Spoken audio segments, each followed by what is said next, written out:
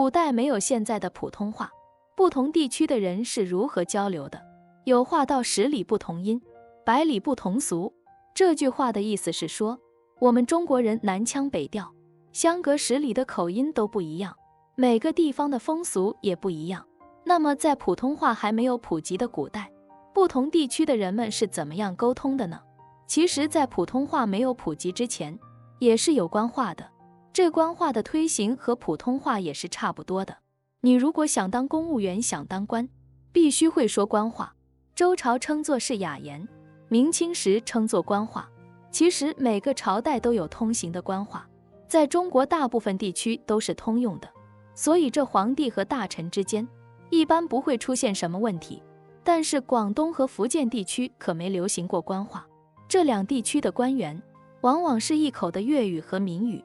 据说对于这些官员，雍正皇帝还发过火呢。在雍正的一声令下，令广东、福建两省的督府聘用官话教员，开设正音书院，并且推广到全国，全面整顿。所以在清朝官话越来越普及，并且在全国普通百姓当中也流行开来。1867年，英国驻北京公使威托马在语言字耳集中就提到，官话作为口语媒介，不只是属于官吏和知识阶层，而是属于近4/5的帝国民众。由此可见，在当时官话流行之广泛。虽说这官话比较流行，但是不同地区的人们还是带有不同地区的口音的，尤其是以广东、福建地区最为难懂。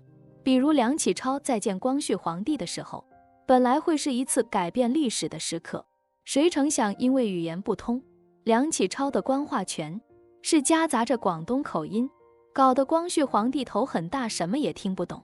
最后这场会面草草收场。经过这件事之后，梁启超决定要把官话说好。当然在普通话没有全面普及的古代，有时候也是需要翻译的。比如有的京官被下放到偏远地区当官，他们一般是不懂当地方言的，这个时候他们就需要翻译了。当然在古代，另一种重要的沟通手段就是汉字。汉字是表意文字，虽然不同地区的人对汉字的发音方法不同，但是这并不影响不同地区的人理解汉字，所以用汉字也能够进行简单有效的沟通了。其实历朝历代都要推广官话，新中国成立以来，推广普通话已经几十年了。现在无论你在天涯海角，只要听得懂普通话，就能够进行方便交流。无论是今天的普通话还是曾经的官话，其主要目的都是为了方便交流。